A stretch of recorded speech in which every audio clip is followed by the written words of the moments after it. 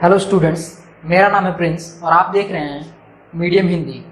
आज हम बात करेंगे कक्षा 9 के सिलेबस के बारे में और हम देखेंगे कि इसमें कौन कौन से टॉपिक हैं जो कि इम्पॉर्टेंट होने वाले हैं एग्ज़ाम के लिए और हमें क्या क्या इस कक्षा में पढ़ना है।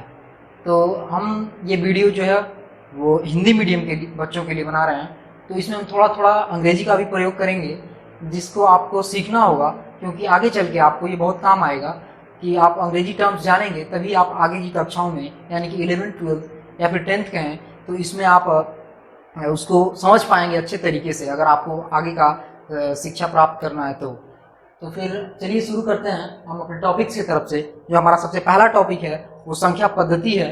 तो संख्या पद्धति जो टॉपिक है इसमें हम यानी इसे नंबर सिस्टम भी बोलते हैं। तो इसमें हम देखेंगे कि किस तरीके से नंबर्स जो है वो मतलब भिन्न को किस तरीके से दशमलव में और दशमलव को भिन्न में बदला जाता है, या फिर अलग अलग जो संख्याएं आपने पढ़ी होंगी, प्राकृतिक संख्याएं, वास्तविक संख्याएं, इस तरीके के जो संख्या हैं इनके बारे में हम जानेंगे और उनको एक दूसरे में बदलना सीखेंगे, या फिर उसको लाइन पर एक जो रेखा होती है नंबर रेखा, संख्या रेखा पर दर्शाना सीखेंगे।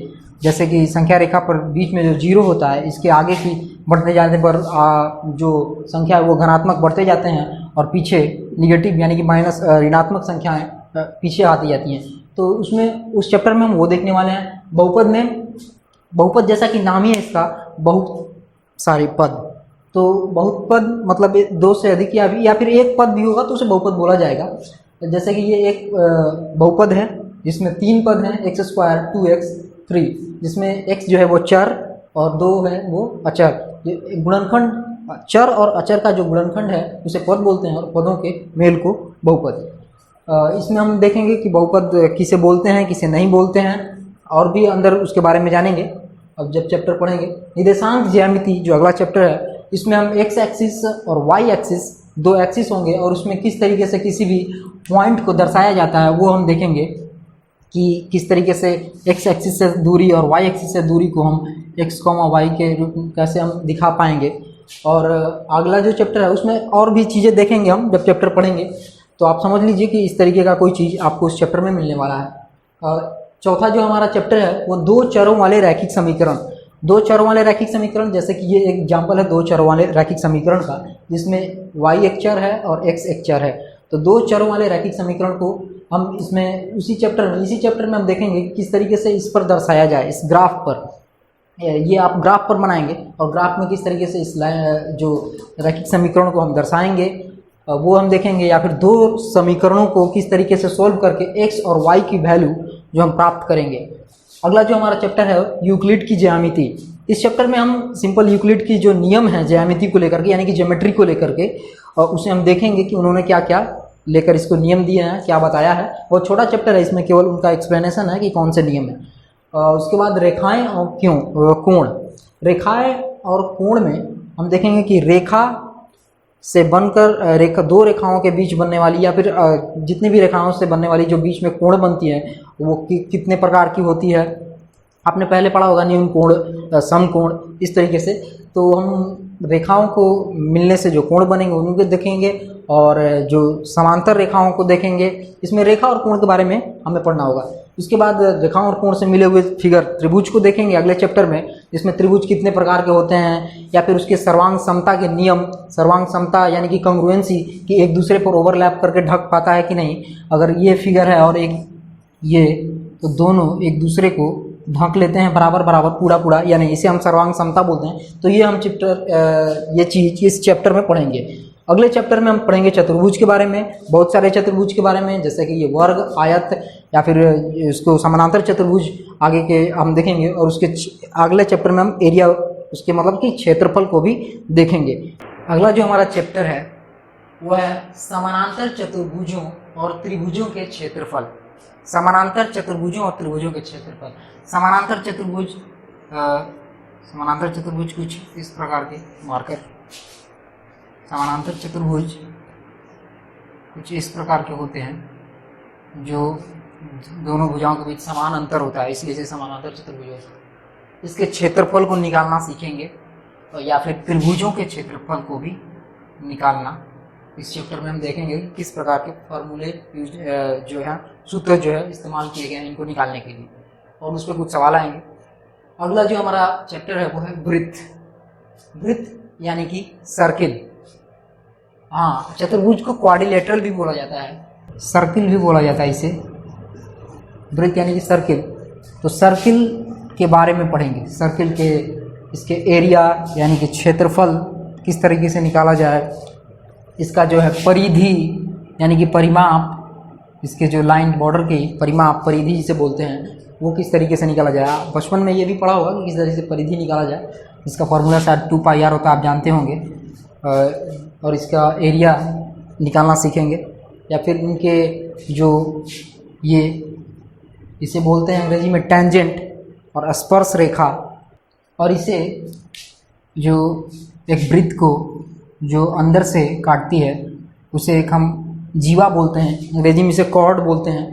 तो जीवा से इसका केंद्र बिंदु से एक दूरी या फिर एंगल्स कोण क्या बन रहे हैं, और ये सब हम उसमें पढ़ेंगे वृत्त के चैप्टर में।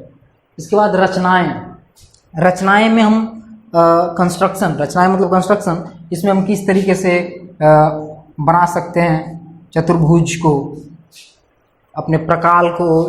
आप कंस्ट्रक्शन यानी कि रचनाएं में आप क्या कर सकते हैं, किसी भी चीज़ को बना सकते हैं। तो बनाने के लिए आपको चाहिए होगा प्रकाल यानी कि कंपास, और कंपास को इस्तेमाल करके, स्केल का इस्तेमाल करके, यानी कि आपको इंस्ट्रूमेंट बॉक्स की ज़रूरत होगी इस रचनाएं के चैप्टर में, जिसमें हम सीखेंगे कि किस तरीके से एक वर्ग बनाया जाए, किस तरीके से एक आयत बनाया जाए, और या फिर किस तरीके से एक त्रिभुज बनाया जाए। अलग अलग चीज़ें कंस्ट्रक्शन करना सीखेंगे हम। अगला जो टॉपिक है वो है हीरोन का सूत्र। हीरोन का सूत्र एक ट्रायंगल पे बेस्ड है, जिसमें मतलब त्रिभुज। और ये हीरोन के सूत्र जो उन्होंने दिया है, हीरोन कोई एक साइंटिस्ट हैं, वैज्ञानिक हैं, जिन्होंने किसी भी प्रकार के ट्रायंगल को यानी कि त्रिभुज का जो है वो क्षेत्रफल निकालने के लिए एक फार्मूला बनाया, सूत्र बनाया, उसे हम हीरोन का फार्मूला बोलते हैं। आपने इस तरीके के ट्रायंगल के बारे में क्षेत्रफल निकालना समझा होगा, आधार गुणे लंब,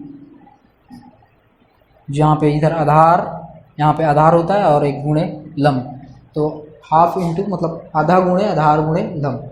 इस तरीके से हम इस त्रिभुज का क्षेत्रफल निकाल सकते हैं।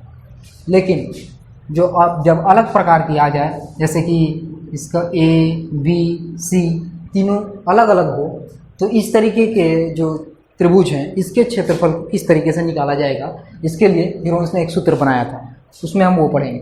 अगला जो है हमारा वो पृष्ठीय क्षेत्रफल और आयतन।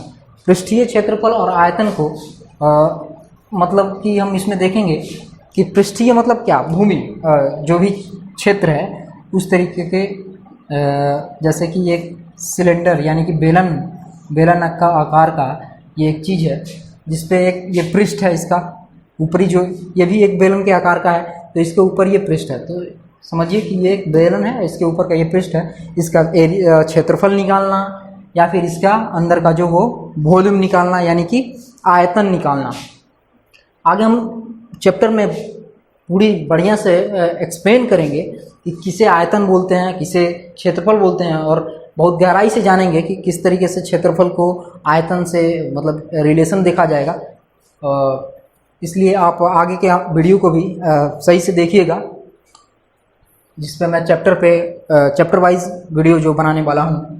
आगे सांख्यिकी, अगला जो चैप्टर है वो सांख्यिकी, जिसे अंग्रेजी में स्टैटिस्टिक्स बोला जाता है। सांख्यिकी इसका मतलब संख्याओं को समूह में करना। स्टैटिस्टिक्स खास करके आप जैसे कि स्टूडेंट्स के नंबर्स को कलेक्ट करना, कि ये इतने स्टूडेंट्स जो हैं जिनकी उम्र 15 से ज़्यादा है, उनकी उम्र 13 से ज़्यादा है, ऐसे कितने स्टूडेंट हैं जिनकी उम्र 13 से ज़्यादा है, जिनकी उम्र 10 और 12 के बीच है, उनको डाटा कलेक्ट करना और उनको ग्राफ के रूप में दिखाना या फिर अलग अलग तरीके से दिखाना, ये सांख्यिकी में देखेंगे। और अगला जो हमारा चैप्टर है वो प्रायिकता यानी कि प्रोबेबिलिटी, प्रायिकता, अनुमान भी कह सकते हैं एक तरीके से, जिसमें सिक्का उछाला जाएगा। और जैसे एक सिक्का उछाला जाएगा, इसमें हेड और टेल पता किया जाएगा कि हेड आने की प्रायिकता कितनी है, टेल आने की प्रायिकता कितनी है। हो सकता है थोड़ा बहुत पढ़ा हो आपने पिछले के क्लासेस में, तो जैसे कि एक हेड आने की प्रायिकता, इसमें हेड और टेल दोनों होते हैं। एक सिक्के में हेड, एक तरफ हेड होता है एक तरफ टेल। तो उसमें दो ऑप्शन है, दो ऑप्शन में से अगर आप एक बार सिक्का उछालिएगा तो कोई एक ही आएगा। तो इसका मतलब कि एक आएगा दो ऑप्शन में, यानी कि इसका जो प्रायिकता हुआ हेड या टेल आने का वो हुआ 1/2। तो ये हम चीज़ें इसमें पढ़ेंगे। तो आगे आप हमारे वीडियो को देखिएगा तो चैप्टर वाइज बहुत अच्छे से एक्सप्लेन मैं करूँगा और आप जुड़े रहिएगा हमारे साथ।